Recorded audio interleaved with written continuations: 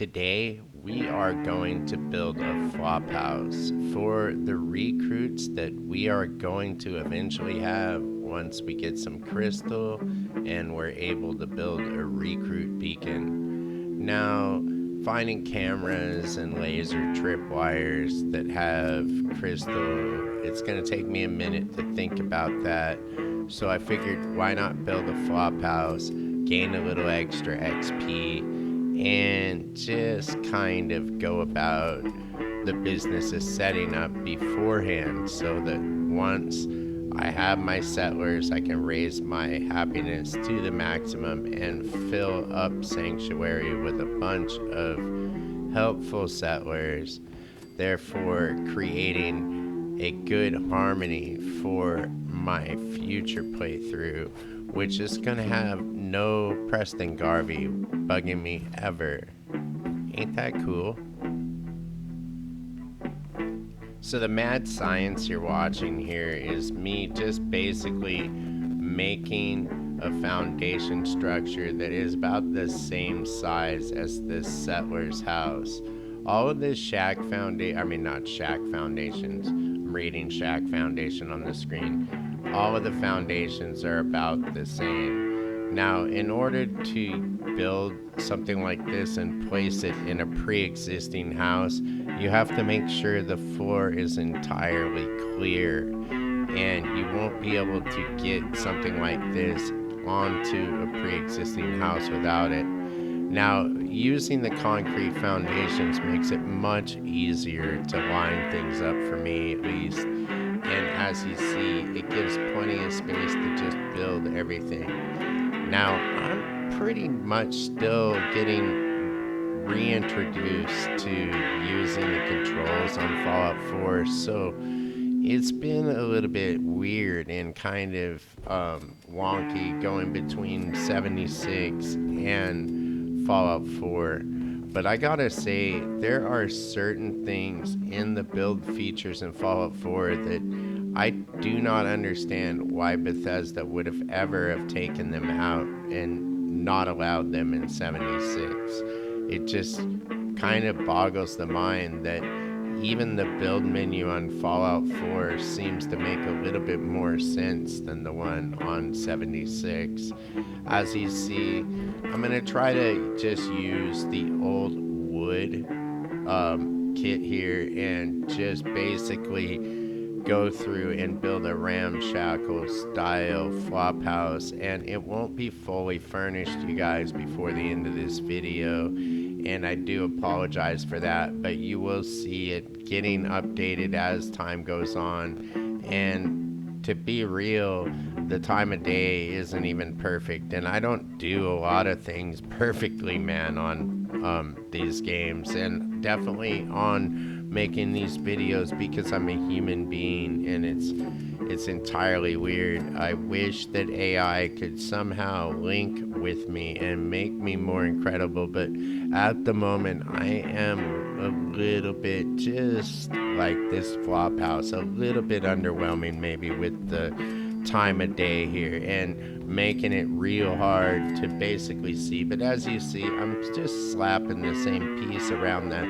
building for a while, and then I'm like, oh man, let's mix the textures up, bro, because like this isn't going to fly forever if you keep putting the same exact piece all the way throughout the entire place. But as you see, it fits remarkably well onto this foundation, and I'm pretty proud because it has been a while since I built something like this on Fallout 4. And I do enjoy building, man, and I really do enjoy doing what I'm going to do on this playthrough, which is to build an empire for Lucy, the Melon Girl, my tribute to Lucy Abernathy, and may the jet be with her always. And, just kind of going around and collecting wood and just clearing up the settlement as you're going makes a lot of sense.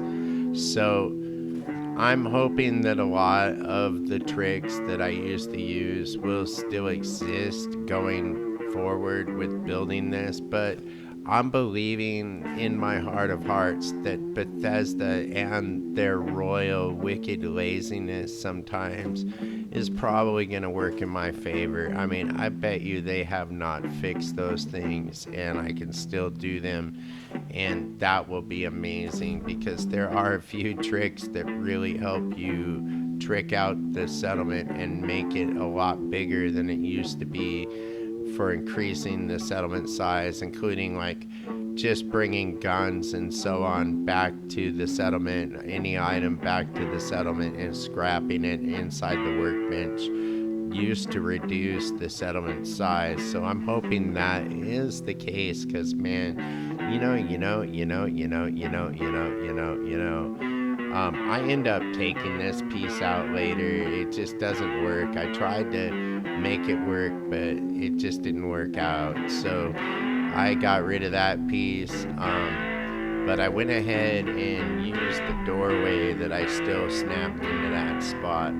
It's like the other piece just wouldn't seem to work like I wanted it to. I wanted to put this piece here, and as you see I did, but it looks cool for a second, and it's kind of like a junk version of the actual homes that are here in Sanctuary Hills. And Sanctuary Hills being the most boring place on the entire planet at the moment, but soon it will be far more exciting, far more hopping than you would ever really believe.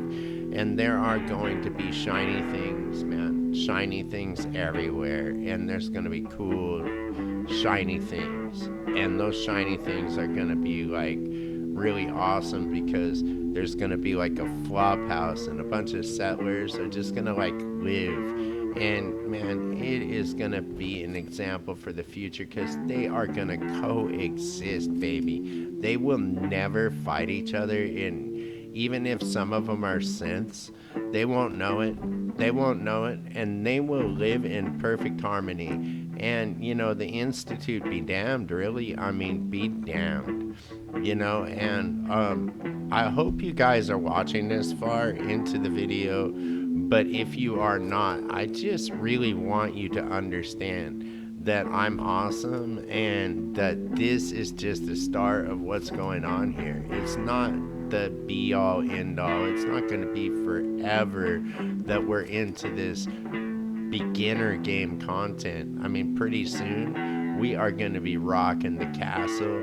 We are going to be taking over the entire Commonwealth in such a way that you have never seen before. And this building, this humble, ramshackle piece of bullpucky, it is just a monument to nothing. It's a monument to nothing. But really, it's also a place for dull settlers to live, and dull settlers will show up and take over, and they will become melon farmers. And baby, when you have melon farmers up there, it is one of the most awesome feelings you have ever had. Just to have like a melon farmer on your side might be one of the coolest things that you have ever experienced, I've ever experienced. Now here, I'm just taking these pieces, and it is so bizarre how one piece will snap into one side, but neither of the pieces will snap into the other side. And you can't even like float them to cover the hole, and it's really quite annoying. And you're sitting here just kind of going, man, is this what I'm reduced to? My therapist says I should take that medication, but man, while I'm watching myself do this, I'm starting to believe her. I'm starting to believe her that those shifting demons aren't a part of my soul. Even if there's not as many decorations and there's no atomic shop in Fallout 4, honestly, like, after building for so long in 76, the only thing I wish that Fallout 4 had is the ability to do a flying camera like you can do in 76, just because sometimes that flying camera lets you look at your structure from all around and make sure you're building something cool. I mean, yeah, no one's ever really gonna visit your settlement in Fallout 4, but man, why not try just a little bit to give those settlers a little bit of comfort? After all, this building is... Hey, it's Preston. No, it ain't. Preston is never gonna be around, and you know what? My mic quit recording right there, but man, you probably quit watching a while ago. But if you are watching, you are the most awesome beast in the universe.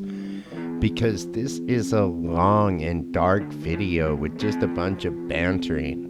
But the reason we are doing this is not only to get done and not waste time and days in the character's life. I mean, after all, he has a Sean to find, you know? I mean, dude, Sean, I don't know if you guys know, but man, Sean is gone. He is gone. We don't know where Sean is. He could be anywhere out in the big, scary world. And this world has big roaches in it, man. And if the roaches are that big, imagine how big Sean is.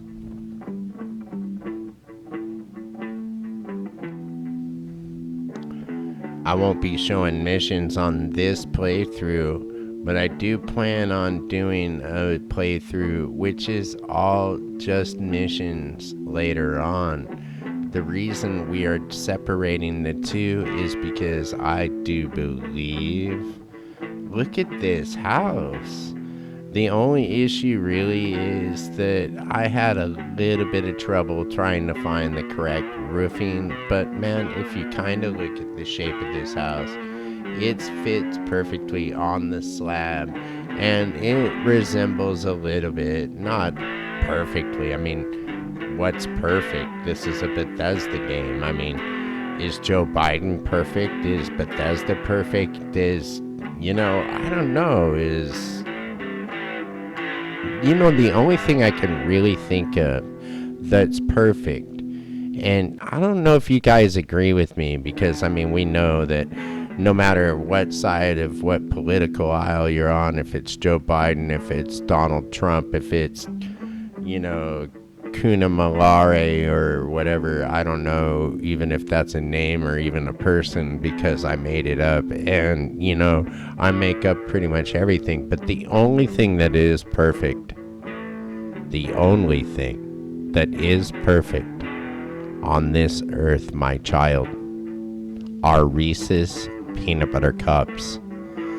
And they are only perfect because of the way they taste, not because of their price, not because of their packaging.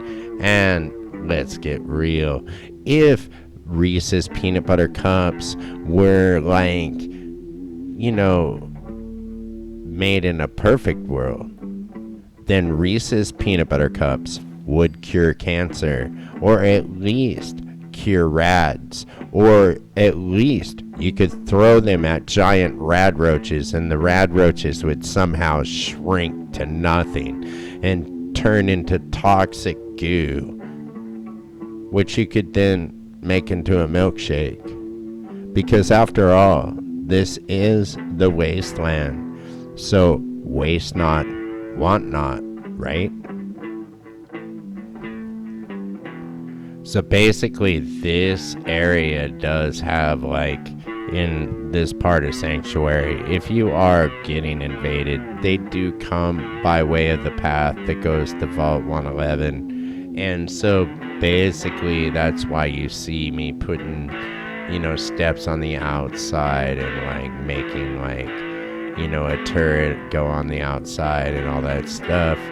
Like, and, you know, there is a trick to moving these water purifiers, and I plan on doing that later. I'm gonna go ahead and do that later, just to put that into a place where it makes a little more sense from a security standpoint and just from an accessibility standpoint, and so that it also doesn't look ugly.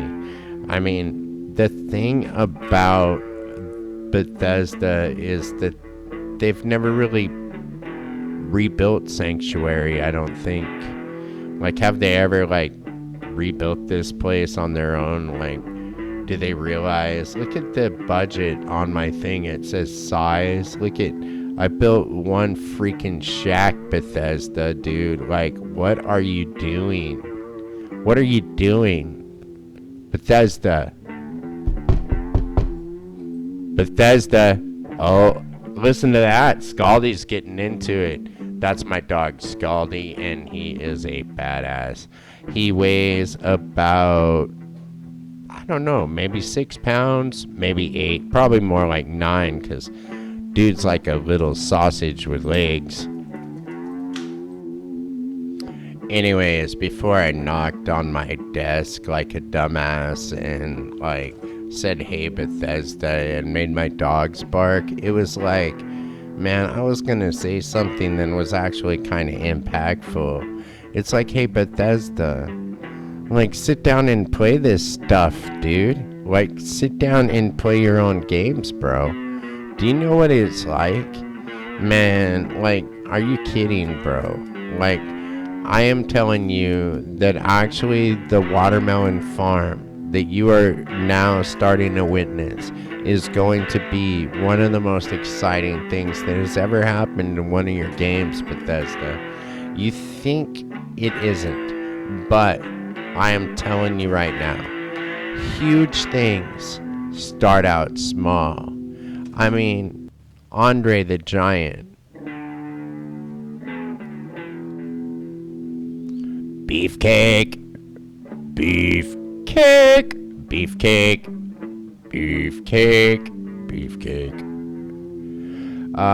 Maybe he's a little too big for this jumpsuit, or maybe this jumpsuit is a little too snug of a design. But either way, Kuma is scrapping, storing, scrapping, storing, scrapping. Where's he gonna scrap? Scrap, and scrap. And that's kind of a scrapper and put that in the crapper. You know what, man? Like, basically what happens here is that Kuma is going through scrapping various items on his way to getting a little bit more just basically materials to build a few things and make things like cool and stuff, because making things cool and stuff is what Kuma does. Like, Kuma doesn't really do very much. I mean, I don't know how he gets his hair so clean, and I don't know why his eyes are so beady, but they are. His eyes are really tiny, and like, I mean, when it comes time to like be able to alter his looks, we'll consider giving him big googly eyes, so like girls just like fall dreamily into his eyes instead of going, ooh, this guy, he would be attractive if he didn't have those weird beady eyes. But he has these huge beady eyes, and I don't care if he can cook. I don't care if he can cook. I don't care if he's putting a cook station out in front of the ramshackle house for me, because honestly, those eyes, dude, the eyes are very disturbing. And moving on from the eyes, everything in the shack is just now finally starting to resemble a home. It's not much of a home, but I mean, in Fallout, what do you expect? What do you expect? Because this is better in a lot of the homes in Philly. And that's pre-apocalypse that I'm saying that. And you know, I considered putting that siren up for a second, and then I realized it's kind of like a tree falling in the forest. No one's gonna hear you, Kuma. Nobody can hear you. Codsworth is a tool, a literal tool made by Robco to serve Robco, to spy on you, to film. I don't know what Codsworth was up to. To be honest, I don't trust him. I don't trust anybody, because the Institute could be anywhere. It could even be in this bed. But with that, I'm gonna sleep and see you next time.